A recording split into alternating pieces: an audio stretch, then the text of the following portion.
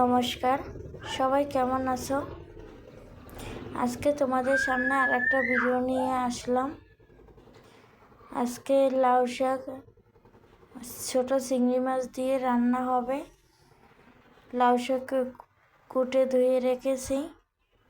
আর এই দেখো ছোট চিংড়ি মাছ, আলু আর পেঁয়াজ, রসুন, কাঁচা লঙ্কা এগুলো সব কুচিয়ে রেখেছি। চলো এবার শুরু করা যাক। প্রথমে তেল দিয়ে দিলাম, সরিষার তেল। তারপরে চিংড়ি মাছ দিয়ে দিলাম। চিংড়ি মাছটা ভালোভাবে ভেজে নিতে হবে।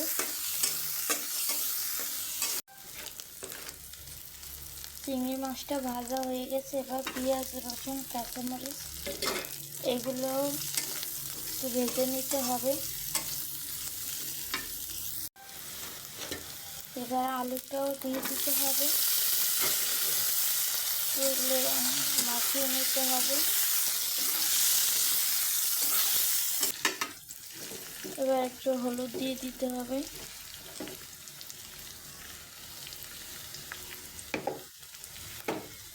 একটু লবণ দিয়ে দিতে হবে। এবার ভালোভাবে মাখিয়ে নিতে হবে।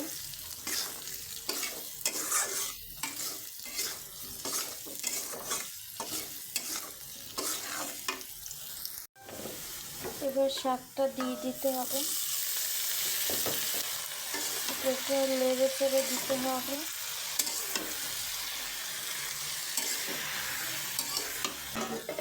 এবার ঢাকনি দিয়ে ঢেকে দিতে হবে যাতে একটু সিদ্ধ হয়ে যায়।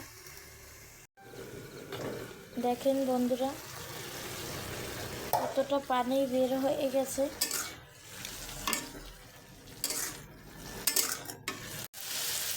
শাকটা ভালোভাবে কষিয়ে নিলাম। এই দেখো পানি একটু নেই।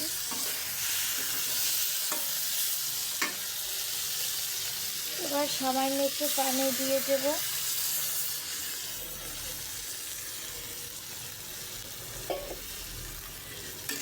নেড়ে চেড়ে দিব।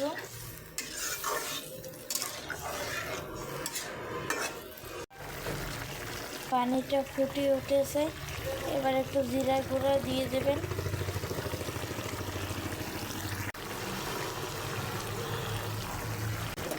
এবার ভালো করে নাড়াচাড়া করে দিবেন যাতে জিরার গুঁড়োটা মিশে যায়।